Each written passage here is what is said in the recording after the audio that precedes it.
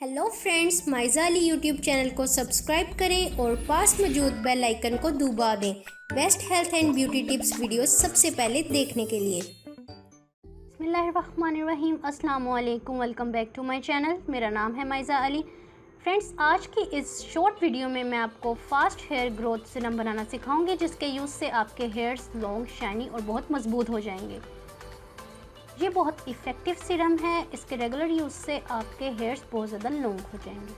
तो video start करने से पहले मेरी आपसे एक छोटी सी रिक्वेस्ट कि अगर आप खूबसूरत हैं तो मेरे चैनल को सब्सक्राइब कर दीजिए, और अगर मज़ीद खूबसूरत होना चाहते हैं तो मेरी इस वीडियो को एंड तक ज़रूर देखें। फ्रेंड्स, इस शॉर्ट रेमेडी को बनाने के लिए सबसे पहले हमें चाहिए एक क्लीन बाउल। देन हमें चाहिए एलोवेरा जेल। फ्रेंड्स, अगर आपके घर में एलोवेरा जेल का प्लांट है तो आप फ्रेश एलोवेरा जेल यूज़ कीजिए, और अगर आपके पास नहीं है तो आप किसी भी ब्रांड की एलोवेरा जेल यूज़ कर सकते हैं। तो यहाँ मैंने 1 टेबलस्पून एलोवेरा जेल ले ली है। सेकंड इंग्रेडिएंट हम इसमें ऐड करेंगे coconut oil.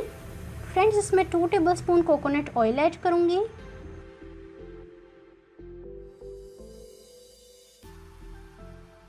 Friends, coconut oil हमारे बालों को वक्त से पहले सफ़ेद होने से बचाता है। ये हमारे बालों की जड़ों को मजबूत करता है और उनको बहुत फास्टली ग्रो करता है। ये हमारे बालों को शाइनी और लॉन्ग भी बनाता है। फ्रेंड्स, जो लोग कोकोनट ऑयल को रेगुलरली यूज़ करते हैं, आप कभी गौर करें कि उनके बाल घुटनों से नीचे तक होते हैं। फ्रेंड्स, आप देख सकते हैं कि ये अच्छे से मिक्स हो गया है।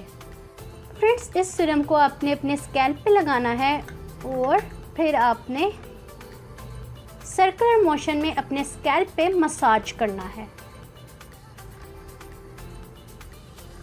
3 से 4 मिनट तक, और फिर आपने इसे 30 मिनट के लिए ऐसे ही छोड़ देना है।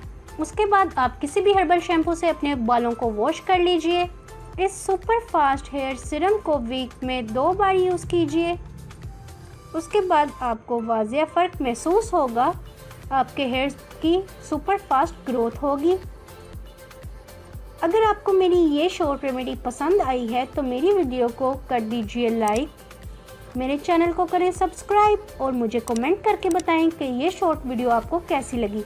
तो मिलते हैं अगली वीडियो में, तब तक के लिए अल्लाह हाफिज़।